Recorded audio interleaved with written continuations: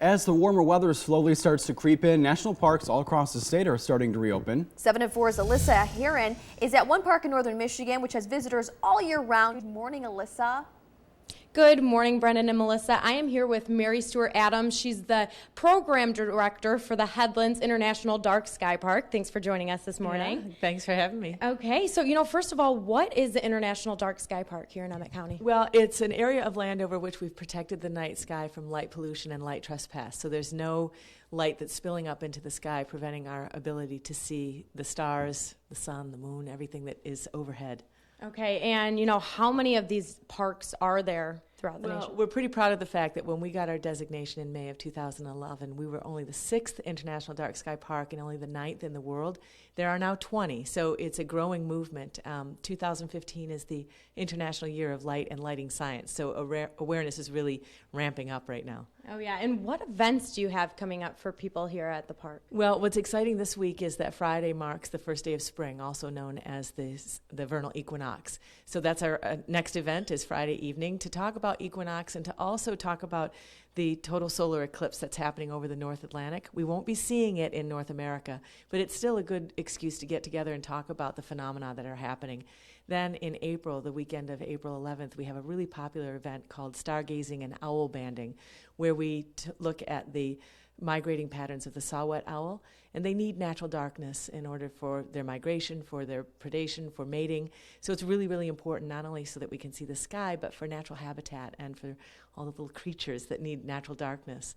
Absolutely. And, can people come out and stay the night at this park? Well, we do have a house there. It's called the Guest House, and it's available for rent. It's a pretty long waiting list, but also because it's an International Dark Sky Park and the viewing is happening overnight, you can come out and be at the Headlands looking at the sky every night throughout the year. All right. Now, it's a little bit cloudy out right now. That's why we're not outside, but I want you to describe what everybody saw last night. Oh, yeah. Well, there was a great display of the Northern Lights, also known as the Aurora Borealis. And that's probably the number one question I get as program director at Headlands, which is, when can I see the Northern Lights? Last night was spectacular. And where are we standing right now, which you said there was a very good view? Yeah, well, we are at the McGulpin Point Lighthouse, which is another Emmett County Park property, just a quarter of a mile north of the Headlands property. And it's right on the Straits of Mackinac. So you have to be looking north to see the Northern Lights. So there was just this magnificent curtain of color going right across the straits, visible from right here at McGulpin Point. Okay, well, thank you so much for joining us this morning. And coming up in the next half hour, we're going to give you a little tour of this lighthouse, but all of this information and more will be on our website at UpNorthLive.com. Reporting live in Emmett County, Alyssa Heron, 7 and 4 News. Yeah, great spot for sure to see the Northern Lights, if you had the chance or if you'd like to do so. And we are still asking people, if you do have any pictures of the Northern Lights, send them to us, put them on our Facebook fan page. We've been looking at them all morning long, and they're looking really good. Been some great shots. Yes. Plus, I'm here live at the McGulpin Point Lighthouse in Emmett County. We're coming up after the break. We'll take you inside and share some history. As the warmer weather slowly starts to creep in, national parks all across the state are starting to reopen. But one park in northern Michigan has visitors all year round. 7 and 4's Alyssa Heron joins us live. Good morning to you, Alyssa. Good morning, Brendan and Melissa. I am back with Mary Stewart Adams. She's a program director at the Headlands International Dark Park. Thanks for joining us again. Thanks. So first of all, just tell me about the Dark Sky Park. Well, the Headlands International Dark Sky Park is one of only a handful of such parks around the world and in the United States. And it's a place where people can always come day or night. They can hike the trails. You can stay out to watch the Milky Way, the meteor showers. Anything that's happening in the sky overhead, you can see at the Headlands. Okay, and you have a special program coming up this week, actually. We do. On Friday, it's vernal equinox, right at 6:45 p.m. exactly. So you can come out to Headlands and catch a beautiful sunset over Lake Michigan and then stay for our program, which is all about how cultures around the world celebrate that kind of celestial phenomena. Okay, and something very special happened here last night. I want you to tell me about that. It was, yeah. We had a beautiful display of the Northern Lights, also known as the Aurora Borealis, because we're just coming off the solar maximum, and a few days ago there was a coronal mass ejection, and news went out that, oh, get ready, everybody. And even though those kind of predictions and forecasts come out, it doesn't always happen, but last night it did. Okay, and we're actually standing at a lighthouse that was a great point to view these Northern Lights. Right. We're at the McGulpin Point Lighthouse, which is a park property that's owned and operated by Emmett County.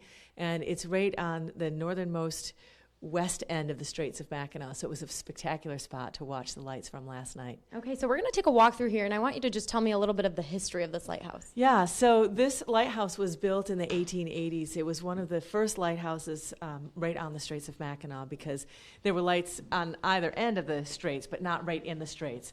So the property was owned by Patrick McGulpin, and then one of the most famous lighthouse keepers was James Davenport, who was the keeper from 1879 to 1906 when the light was decommissioned. He had a very large family. Very interesting thing about his story is that because of the weather, he couldn't get his children to school during the day in the wintertime. So he moved them to Mackinac City, but then he would walk out here every week to make a report about what was happening with the ice flows on the straits. And he was really an interesting gentleman. He became a widower and had to raise his almost 8 children by himself. Okay, and what room are we standing in right now? Well, this part of the facility was actually an original part of the original house, so this was a living space. We have a couple of bedrooms off of this room.